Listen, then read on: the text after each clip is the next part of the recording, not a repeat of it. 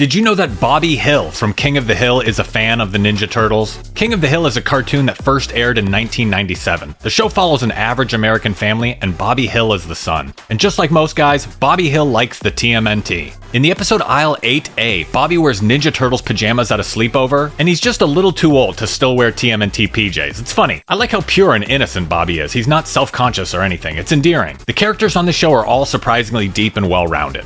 Another TMNT reference pops up in the episode Reborn to be Wild. Hank and Bobby Hill are going through a box of old keepsakes, and they find a picture of Bobby dressed up as a Ninja Turtle for Halloween when he was younger. I really like when there are little references to the Ninja Turtles in other TV shows. They could have used any other cartoon character for these little references, but someone on the staff was big enough of a fan to suggest the Turtles, and everyone agreed that the Turtles are universal and well known enough to be a realistic reference. Another connection between King of the Hill and the Ninja Turtles is that Kathy Najimy, the voice of Peggy Hill, also provided a voice for Rise of the TMNT. Kathy Najimy was the voice of Mayor Mira in the episode Donnie vs. Witchtown. Now, I've got to be honest, I have seen every episode of Rise of the TMNT. I watched them all as they came out, and I have no recollection of that character or episode. I think I've wiped a lot of my memories of Rise of the TMNT out of my mind. I'm happy I've replaced those memories with new memories. Nothing against Kathy Najimy. I'm sure she did a great job as Mayor Mira. She's a very talented voice actor, and I love her as Peggy Hill, but I wasn't the biggest fan of Rise of the TMNT. But I am a fan of King of the Hill. It's a really good show. All the characters are great, and it's well written. It wasn't too topical when it was made, so most of the stories still hold up. It's kind of timeless. It's an American classic, just like the Ninja Turtles.